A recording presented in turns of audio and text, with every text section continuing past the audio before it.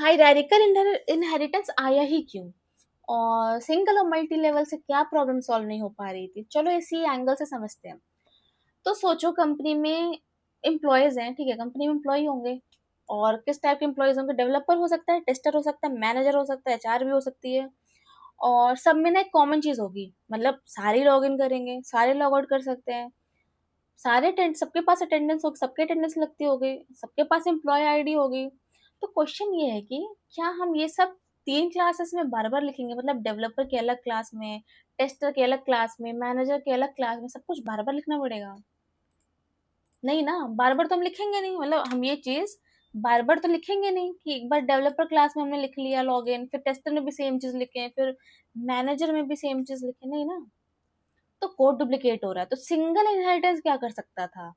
Single inheritance में यही था ना, अगर मैं देखूं सिंगल इनहेरिटेंस में, उसके पास था एम्प्लॉय, एम्प्लॉय था, और डेवलपर था, एक एक चाइल्ड क्लास था, ठीक है। मतलब ये क्लास अगर ए है एम्प्लॉय और क्लास बी डेवलपर है, तो बी ए को एक्सटेंड कर रहा था, मतलब डेवलपर एम्प्लॉय की प्रॉपर्टीज को इनहेरिट कर रहा था, एक्सटेंड कर रहा था, ठीक है।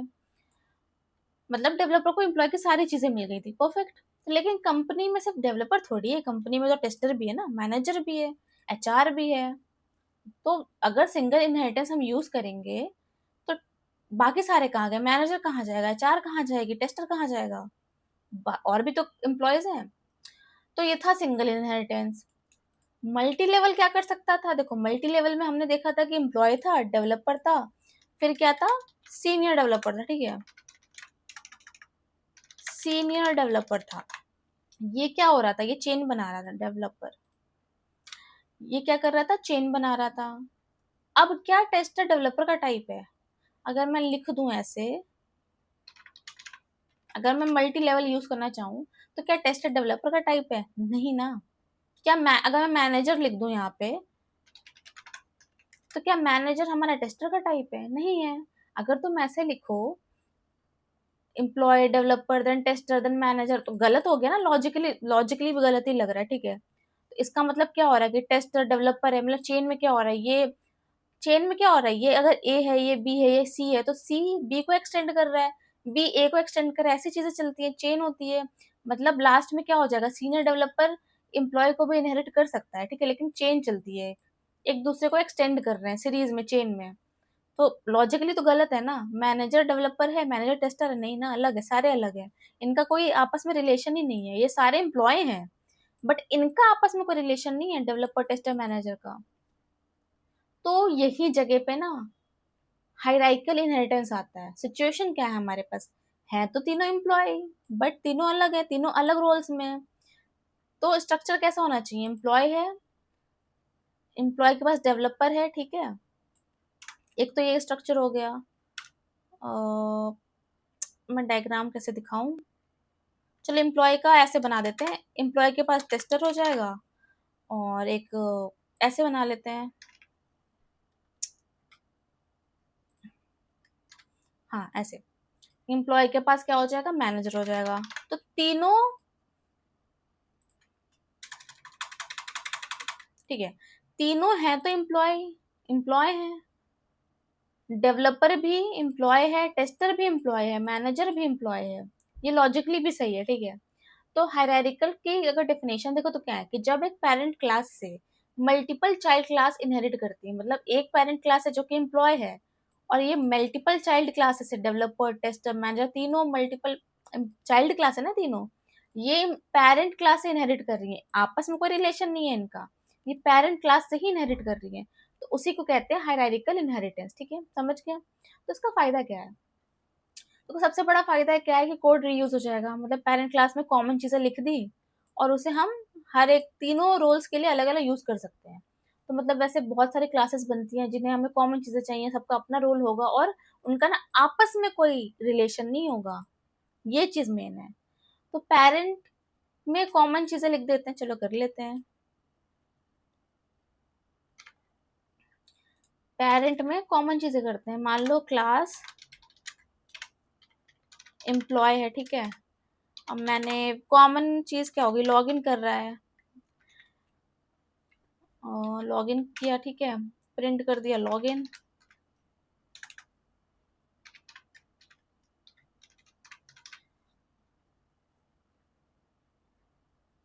लॉगिन, ठीक है लॉगिन रखते हैं, ठीक है। एक दूसरा मेथड बनाया हमने डेफ लॉग आउट करके, लॉग आउट भी कर रहा है, लॉगिन कर रहा है, लॉग आउट भी करेगा, पूरा दिन थोड़ी ऑफिस में रहेगा। प्रिंट लॉग आउट कर दिया। फिर हम बनाते हैं चाइल्ड क्लास डेवलपर की, ठीक है। क्लास डेवलपर, और ये ना पेरेंट क्लास को इनहेरिट कर रहा है। डेवलपर डी कैपिटल होगा, ये पाइचाम खुद भी हिंट दे रहा है कि डी कैपिटल करो। एनीवे डेवलपर, देन आएगा सेल्फ,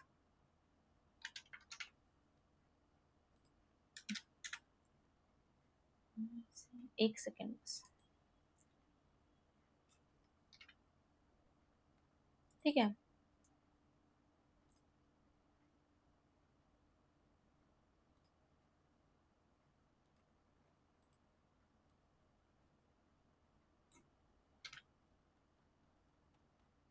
अच्छा हम यही लिख रहे थे, ओके ओके ओके, फिर से लिखते हैं। फिर आएगा क्लास और डेवलपर, जो कि वो एम्प्लॉय को इनहेरिट कर रहा है। अच्छा मैं सेल्फ गलत लिख रही थी, ओके। फिर इसने ना अपना एक अलग वो बना लिया है, अपना अलग मेथड बना लिया कि वो एम्प्लॉय का तो यूज करेगा ही, उसकी कॉमन चीज है, बट वो अपना भी कुछ क्या करता है, वो अपना बता रहा है, अपना बिहेवियर बता रहा है कि मैं कोड लिखता हूँ, ठीक है, प्रिंट कर दो, राइट कोड, कोडिंग करता है, राइट कोड, ठीक है, प्रिंट कर दो। फिर हम कर लेते हैं टेस्टर का बना लेते हैं, क्लास टेस्टर। और अब ये डेवलपर को इनहेरिट नहीं करेगा, करेगा तो एम्प्लॉय को, क्योंकि पेरेंट को हमें कराना है ना, हायरार्किकल है, पेरेंट को हमें कराना है, इसका अपना है ये क्या कर रहा है, टेस्ट कर रहा है, एक एप्लीकेशन टेस्ट कर रहा है, ठीक है। प्रिंट कर देते हैं टेस्ट ऐप, ठीक है। तीन चीज रखते हैं अभी, मतलब दो चीज रखते हैं, डेवलपर टेस्टर रखते हैं। अब डेवलपर को क्या मिल रहा है, उसको लॉग इन भी मिल रहा है, लॉग आउट भी मिल रहा है, और उसको अपना मेथड राइट कोड वो भी मिल रहा है। टेस्टर को क्या मिल रहा है, उसको लॉग इन मिल रहा है, लॉग आउट भी मिल रहा है, और उसको अपना टेस्ट ऐप मिल रहा है, ठीक है। तो तीन चीजें से मिल रही, तीन चीजों से मिल रही है, मतलब एक ही कोड से दोनों क्लासेस बेनिफिट ले रही है ना, एक ही कोड लिखा ना, ये क्लास भी उससे बेनिफिट ले सकती है, ये क्लास भी उससे बेनिफिट ले सकती है। देखो यहाँ पर डेवलपर टेस्टर का रिलेशन कैसे कर सकते हैं, मतलब भाई बहन जैसा है, दोनों का पेरेंट सेम है, इन दोनों का पेरेंट सेम है, लेकिन दोनों एक दूसरे के पेरेंट नहीं है, ठीक है। तो अगर मैं एक ऑब्जेक्ट बनाऊं, डेव का बना लेती हूँ, डेव का ऑब्जेक्ट बनाती हूँ, और अगर मैं कॉल करूँ मेथड को, डेव डॉट लॉगिन कॉल करते हैं, एम्प्लॉय में जो है कॉमन चीज़ें कॉल कर सकते हैं, डेव डॉट राइट कोड कर सकते हैं, ठीक है, क्योंकि डेवलपर के पास वो मेथड है। और एक और चीज़ कर सकते हैं कॉल हम, उसमें log out, dev dot log out, ठीक है, लॉग इन लॉग आउट। लेकिन हम डेव डॉट टेस्ट ऐप नहीं कर सकते, क्योंकि कोई रिलेशन ही नहीं है, टेस्ट का मेथड है, डेवलपर का नहीं है वो, तो सर्च कैसे होता है। सब तुमने dev dot log in method call किया, ठीक है, तो पाइथन पहले देखेगा कि ये डेवलपर वाले में है कि नहीं, डेवलपर वाली क्लास में जाएगा, देखेगा नहीं है, कोई बात नहीं, वो जाएगा, ये इनहेरिट कर रहा है ना एम्प्लॉय से, एक्सटेंड कर रहा है ना उसे, यहाँ पर जाके देखेगा है एग्जीक्यूट कर देगा, ठीक है, ये सक्सेसफुली मेरा डिबग हो जाएगा, कोई एरर नहीं आएगा, ठीक है।